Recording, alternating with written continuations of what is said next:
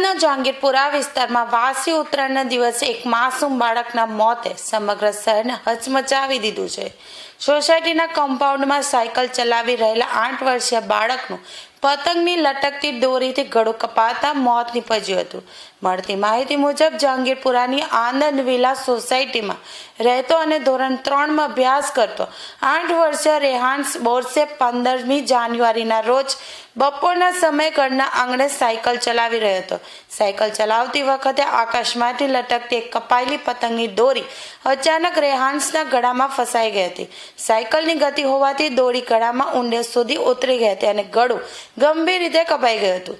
રેહાન્સ લોહીલુહાણ હાલતમાં સાયકલ પરથી નીચે પટકાયો હતો। ગંભીર હાલતમાં પરિવાર તેને તાત્કાલિક હોસ્પિટલ લઈ ગયો હતો, પરંતુ લોહી વધુ વહી ગયું હોવાથી તબીબોએ તેને મૃત જાહેર કર્યો હતો। મૃતક રેહાન્સ તેના માતા પિતાનો એકનો એક પુત્ર હતો। તેના પિતા હજીરાની ખાનગી કંપનીમાં નોકરી કરીને પરિવારનું ગુજરાન ચલાવે છે। વાસી ઉત્તરાયણના દિવસે જ ઘરના આંગણે લાડકવાયા પુત્રનું મોત થતાં પરિવાર પર આપ તૂટી પડ્યું હતું। સોસાયટીના રહીશોમાં પણ આ ઘટનાને લઈને ઘેરો શોક અને આક્રોશ જોવા મળી રહ્યો છે। જહાંગીરપુરા પોલીસે સીસીટીવી ફૂટેજ કબજે કરીને અકસ્માતના મોતનો ગુનો નોંધી આગળની તપાસ હાથ ધરી છે।